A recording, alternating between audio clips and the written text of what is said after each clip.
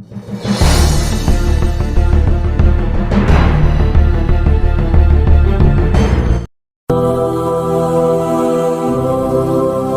हम लोग एक नया लेसन शुरू करेंगे, प्रकाश का अपवर्तन, रिफ्रैक्शन ऑफ लाइट। प्रकाश का अपवर्तन क्या होता है? ये प्रकाश के परावर्तन से हम लोग कनेक्ट करके पढ़ेंगे कि जब भी कोई प्रकाश की किरणें जब होमोजेनियस ट्रांसपेरेंट मीडियम से जाती है, तो प्रकाश की किरणें जब एक माध्यम से दूसरे माध्यम में जाती है, तो हम देखते हैं कि प्रकाश की किरणें अपने मार्ग से, अपने पाथ से थोड़ा सा विचलित हो जाती है। क्या जाती है? विचलित। अब देखो बच्चों, ये मीडियम ट्रांसपेरेंट होना चाहिए। ट्रांसपेरेंट मतलब क्या होता है? पारदर्शी। ठीक है, जब पारदर्शी रहेगा तो प्रकाश की किरणें इस पार से पर आएगी। तो जब प्रकाश की किरणें इस पार से इस पार से आती है, तो अगर दोनों का माध्यम समान है तो उसके मार्ग में कोई परिवर्तन नहीं होता है। जैसे प्रकाश की किरणें ये हवा में चल रही है, तो जैसे चल रही है वैसे सीधी ही जाएगी। लेकिन जब भी प्रकाश की किरणें जब एक माध्यम से दूसरे माध्यम में क्रॉस करती हैं, तो वो अपने रास्ते से क्या होती है? थोड़ा सा मुड़ जाती है। इस घटना को क्या कहते हैं? प्रकाश का अपवर्तन कहते हैं। जैसे यहाँ पर देखो, हमने किसमें बनाया है? विरल माध्यम। क्या बनाया है? विरल। नीचे कैसा माध्यम है? सघन माध्यम। अब इन दोनों को अलग करने वाला हमारा सरफेस क्या है? ये लाइन सरफेस है। यानी इस लाइन के नीचे हमारा माध्यम चेंज हो गया। माध्यम क्या होता है? कि प्रकाश किसमें चल रही है? शीशा में चल रही है कि पानी में चल रही है कि हवा में चल रही है, तो क्या कहलाता है? माध्यम। विरल माध्यम उसे कहते हैं कि जो हल्का हो, जिसमें चलना क्या हो? आसान हो। सघन माध्यम उसे कहते हैं वह माध्यम जो बहुत सघन हो, संगठित हो, बहुत ठोस हो, उसे क्या कहते हैं? सघन माध्यम। तो अभी बताया बच्चों कि जब प्रकाश की किरणें एक माध्यम से दूसरे माध्यम में जाती हैं, तो वो अपने पाथ से, अपने रास्ते से थोड़ा सा मुड़ जाती है। तो क्या है? मुड़ जाती है। इस घटना को क्या कहते हैं? प्रकाश का अपवर्तन। यही है प्रकाश का अपवर्तन। प्रकाश के परावर्तन में क्या था? प्रकाश जिस माध्यम से आई थी उसी माध्यम से टकरा करके वापस चली गई थी। लेकिन इसमें हमारा माध्यम ट्रांसपेरेंट होता है, इसलिए हमारा प्रकाश का लाइट हमारा क्या होगा? एक माध्यम से दूसरे माध्यम में जाएगी, बिकॉज ये ट्रांसपेरेंट है। अगर माध्यम सेम होगा तो इसके मार्ग, इसके पाथ में कोई चेंजिंग नहीं आएगी। लेकिन जब प्रकाश की किरणें एक माध्यम से दूसरे माध्यम में जाएगी, तो उसके रास्ते में थोड़ा सा विचलन आएगा। प्रकाश की किरणें देखो, अब यहाँ पर क्या है? जो किरणें आती है उसको हम जानते हैं आपतित किरण कहते हैं, और जो किरणें यहाँ से प्रवेश करके दूसरे माध्यम में जाती है उसको हम कहते हैं अपवर्तित किरण। क्या कहेंगे? अपवर्तित। ये रिफ्रैक्टेड रे है, ये इंसिडेंट रे है तुम्हारा। अब यहाँ पर इस पॉइंट में जहाँ पर ये टकराई है लाइट, यहाँ पर एक मध्यम चीज देते हैं, नॉर्मल चीज देते हैं, तो हमारे नॉर्मल और आपतित किरण के बीच में जो एंगल बनता है उसे बोलते हैं आपतित कोण। क्या बोलते हैं? आपतित कोण। इसी तरह से जब हमारा लाइट एक माध्यम से दूसरे माध्यम में जाता है, तो अपने मार्ग से थोड़ा सा विचलित हो गया है। देखो बच्चों, थोड़ा सा विचलित दिखा है यहाँ पर। अब ये देखो, अगर ये विचलित नहीं होती, ये क्या होती? सीधे जाती। क्या होती है? ये सीधे ऐसे से ऐसे जाती। लेकिन क्या है? अपने मार्ग से थोड़ा सा झुक कर ऐसे आई है यहाँ पर। इसी तरह से बच्चों हम यहाँ पर देखते हैं कि प्रकाश एक माध्यम, सघन माध्यम से विरल माध्यम में जा रही है, तो ये ऐसे आ रही है, इसको जाना चाहिए था ऐसे जाना चाहिए था, लेकिन ऐसे ना जा करके थोड़ा सा इधर झुक गई है यार। तो इस घटना को क्या कहते हैं? प्रकाश का अपवर्तन। अब आप लोग के मन में क्या आ रहा होगा? सर इधर क्यों इधर झुकी है और इधर क्यों इधर भागी है? तो इसका रूल ये है बच्चों कि जब प्रकाश की किरणें विरल माध्यम से सघन माध्यम में जाती है, तो ये अभिलंब की ओर मुड़ती है। किधर मुड़ती है?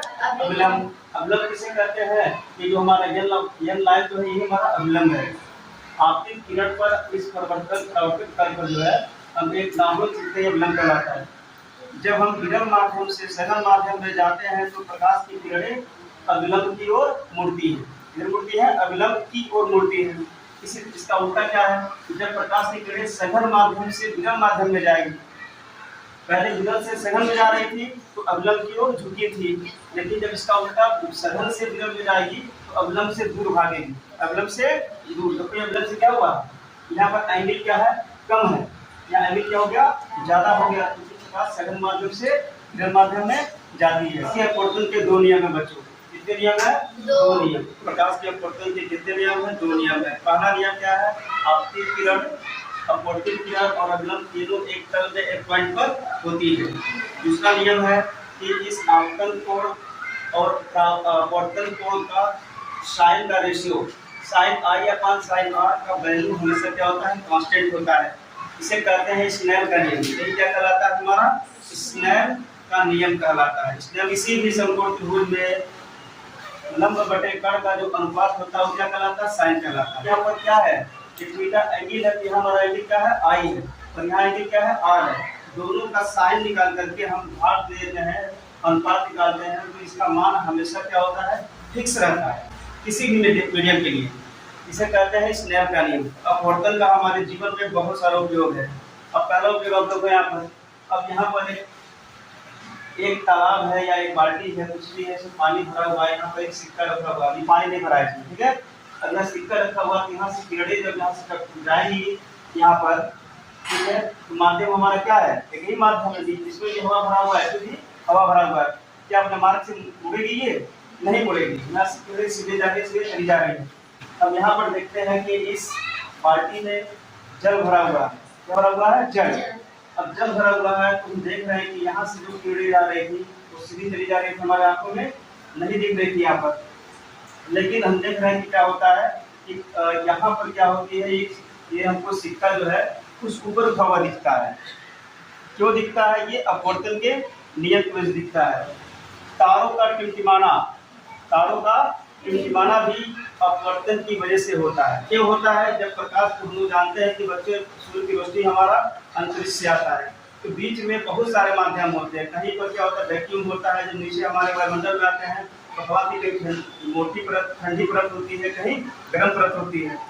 जब हमारा लाइट एक माध्यम से दूसरे माध्यम में जाता है तो अभी तुम लोग पढ़े हो तो उसके मार्ग में कुछ परिवर्तन हो जाता है।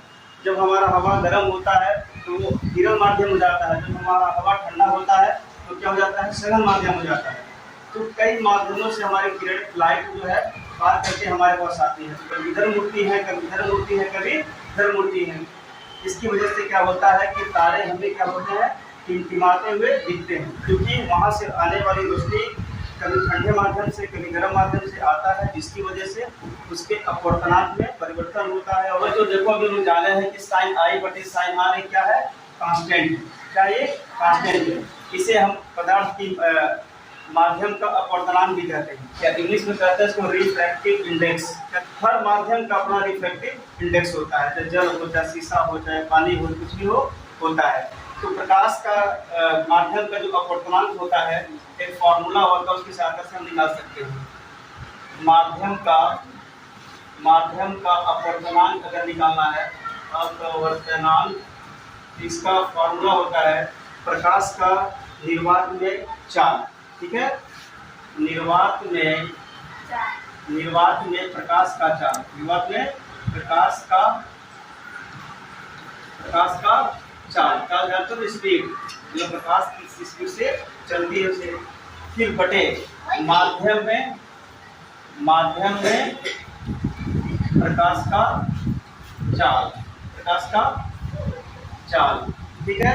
यानी किसी भी माध्यम का हमें अपवर्तनांक निकालना है तो हम इस फॉर्मूले से निकाल सकते हैं। इसको लिखने के बच्चों को जो अपवर्तनांक होता है उसको हम नॉर्मली एन से शो करते हैं। किसको करते हैं, एन से। ए मतलब क्या है, एयर, जी मतलब क्या है, ग्लास। जब लाइट हवा से ग्लास में जाएगी तो उसमें क्या होगा, उसके मार्ग में परिवर्तन होगा, ठीक है। तो अब यहाँ पर क्या होगा कि जब हम ये ए एन जी लिख रहे हैं तो जो राइट साइड में जी है इसी का हमें अपवर्तनांक निकलता है। इसको हम ऐसे भी पढ़ सकते हैं, जैसे मान लो यहाँ लिखा गया है N12, एक 1 क्या है हमारा पहला माध्यम है, 2 तुम्हारा क्या है दूसरा माध्यम है। इसका मतलब ये निकलेगा कि दूसरे माध्यम का अपवर्तनांक पहले माध्यम के सापेक्ष। इस तरह से आप लोग आज क्या सीखे हो, प्रकाश का अपवर्तन।